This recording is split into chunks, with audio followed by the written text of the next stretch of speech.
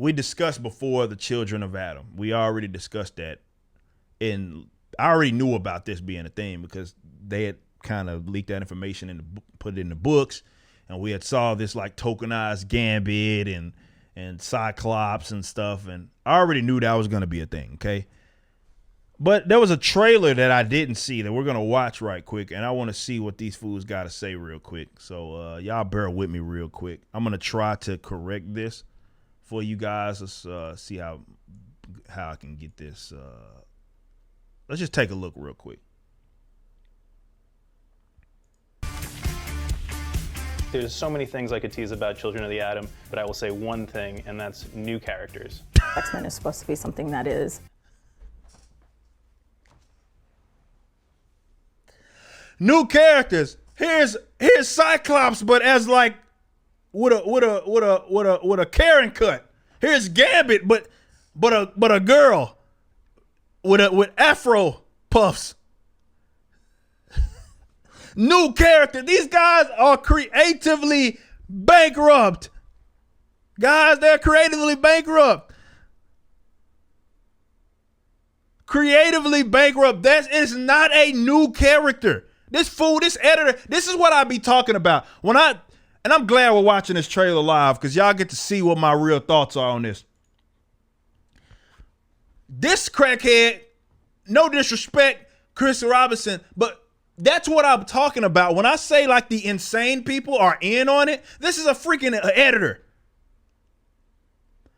They have a leadership problem over at Marvel and DC, okay? Period. It's a leadership issue. You wonder why we get these goofy books, why so many of them are so bad? It's because you got guys with funny mustaches that are in charge of like the editing and sort of the creative direction, and that's the problem. Not necessarily guys with funny mustaches. That's not necessarily the issue. You get what I'm saying. I'm just saying they're in on it. This fool sat here and lied right out the gate. We're 12 seconds into this. 12 seconds, and the first thing he talking about, I'll say one thing. New characters. Bitch, where? X-Men is supposed to be something. Where?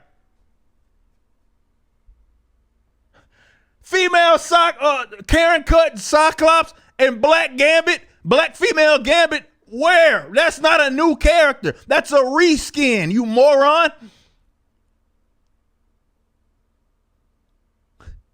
This isn't what they are creatively bankrupt, guys. Something that is, important to the now. And so what is more now than Zoomers? Like, of course, people are looking at Vita Ayala, which she's terrible, by the way, and they're looking at her and everybody's saying that it's a self-insert because she has the fro thing going on and the other character has a fro, and maybe it is her just self kind of inserting her as like, I want to be Black Gambit. I don't know, I can't say, but that's not creativity, man. Like, look at this shit. Listen. It's a terrible design, by the way. Look at this. Like, I'm supposed to be like, yeah, well, new characters. It's just black, bad built, Karen cut, Karen Cyclops, and Black female Gambit. That's it. That's not new. Children of the Atom has 5 new characters at the heart of it. They're not new. That's not a new character, man. Stop saying that shit. That Vita very meticulously wrote out entire backstories and histories and families and anything you want to know about these characters, Vita has thought about it already. One of them has a TikTok. One of them has a fitness Insta. Oh, one of them girl, stops.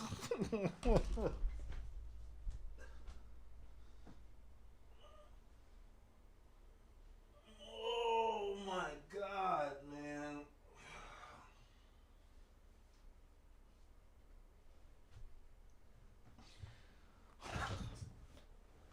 Come on, man. Y'all got all this money over there at Marvel, man.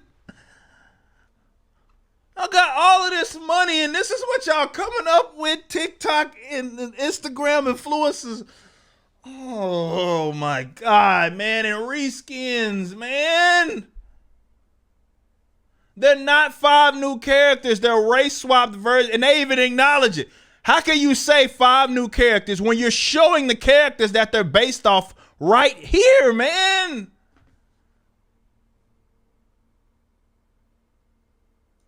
Is basically the moderator for the mutant subreddit. One of them is a cosplayer. Fucking, maybe it is, man. What the? How y'all got all this money, man? They got all this money, and this is the best they could come up with, man. What the fuck? And the other one makes mutant music. For so long, it's like the larger media in the X-Men universe is like, mutants are bad and like the X-Men are evil because they're mutants and blah, blah, blah. I'm like, what would Zoomers think of that? They would be like, no, they're great. Like, how the X-Men react to these new characters. And they let her say that shit. They let her say, first of all, that's like, I get it, what the thing that she is saying, but the point fucking of, like, she's basically shitting on, she's making it seem like it's a generational issue here. The, like, how the depth of the like the larger scale meaning of in their experience when it comes to the mutants, right? It's not about like, oh, people wishing that they had new generation will wish they got no. Like, you think people in previous generations wouldn't have thought it was cool to be having powers and shit? No, they represented something in that world. It just made sense, like, because they were such a differentiation of the rest of the world that came with its sense of conflict. That transcends generations, bro. This ain't no Zoomer special. And Vita Ayala probably is like, how old is, and can I get a confirmation? She's probably my age, right? How old is she? She's my age. She may be a tick younger, but she's my age. So what the fuck? What's she talking about? Like that? 36? She ain't no damn 36. Why y'all send a line in the chat? She 36 and she older than me. What the fuck? What is she talking about? That experience though transcends generations, man. Like, X-Men weren't created when I was a thing. Like, that was they were created back when my mama was a baby. Oh man. Who are their sidekicks is a major part of the story that is going to have all sorts. Like, they're showing you right here, man, like who these guys are supposedly based. This is what they came up with these characters, right? They sat up here and just said, you know what? We're going to take what already exists. That's Gambit. This is the new Gambit. New character. Here's Cyclops and Cyclops, Karen Cyclops. Like, what are y'all doing over there, man? Major part of the story that is going to have all sorts of ripples through their titles and ours. but also, you know, it's an X-Men comic. There's going to be powers, and there's going to be punching, and there's going to be bad guys, and all that kind of stuff. I'm very excited to have Vita Ayala and Bernard Chang as part of this title. Bernard really brought the thunder on this. It's really incredible. And that's why Marvel Comics is in the state that it is in the comic books. Dynamic. Because he not only had to design these superhero identities, but also these civilian identities and like people's moms and like their little brother. And he's making these characters real and whole in a way that a lot of artists probably couldn't. X-Men was... What, by putting breasts and changing the skin tone on Gambit? Like, what the fuck? What? Like that they think that they're talking this up like this is creativity, bro. It's not. My first comics ever. And this art to be able to play in that universe and also to add to that universe is really a dream come true. So if you've never read an X-Men book before and you're only familiar with them in other mediums, this is a great place to start off. It's almost like... No, it isn't. No, hey, close up. Listen to me. Don't do that. Do not, if you're new to the X-Men, do not, I repeat, do not. You're interested? Don't fucking start there. Don't, because that's going to ruin your goddamn experience. Don't do that shit. Jesus Christ, man. What is wrong with these people? They're just lying through their teeth, giving bad advice. Our perspective, so anything that you don't know, you're discovering it through these kids. I don't think we've seen this perspective in X-Men comics before, and I think people are going to super dig it. I'm already out. I ain't super digging nothing. I don't even care if it ends up becoming like this long-standing like joke or something. Like these guys were playing a freaking board game and they were like fucking LARPing. Like, I don't even care. Terrible idea. Shouldn't be a thing. It's not new. It embodies the problem with modern comic books, and they're overemphasizing constant utilization of tokenization, where they think that if we just reskin a version of a character that already exists, here we are. Look, I've been on record saying many times, guys, I can give them some sort of leeway for the context of other tokenized characters that have existed for a while now.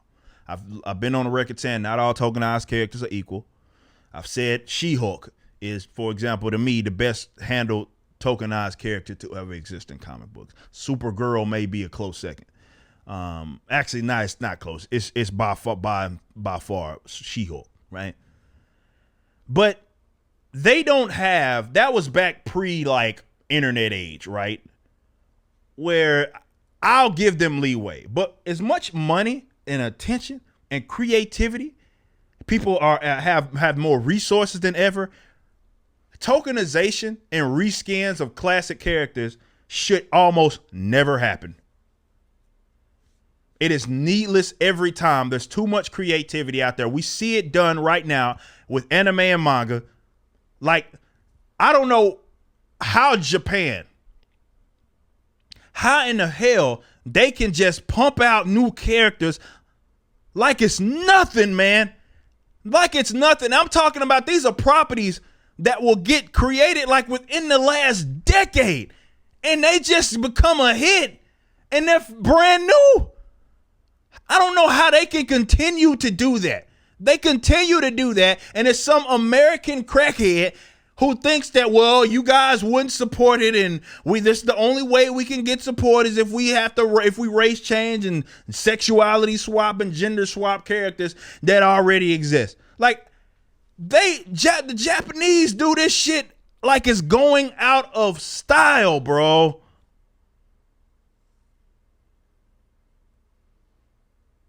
Like they do it all the time. All the time with newer problems. And I'm not talking about stuff that existed for decades. They pump out new material like it's going out of style, man. And then it becomes it. And I'm supposed to look at that and be like excited for it? No, you're proving me right. And maybe that's, I've alluded to this. I'm like, man, maybe because I'm the one of the lead YouTubers talking about some of these topics. Maybe they just do it out of spite. Maybe they're like, what? Maybe it's some asshole editor. Maybe it's that guy with the mustache. Let's see what Eric's talking about. Oh, he doesn't like that. Vita, come over here. This guy thinks this is stupid. This is what we're going to do in our next book. We're going to tokenize. Maybe that's what they're doing. I don't know.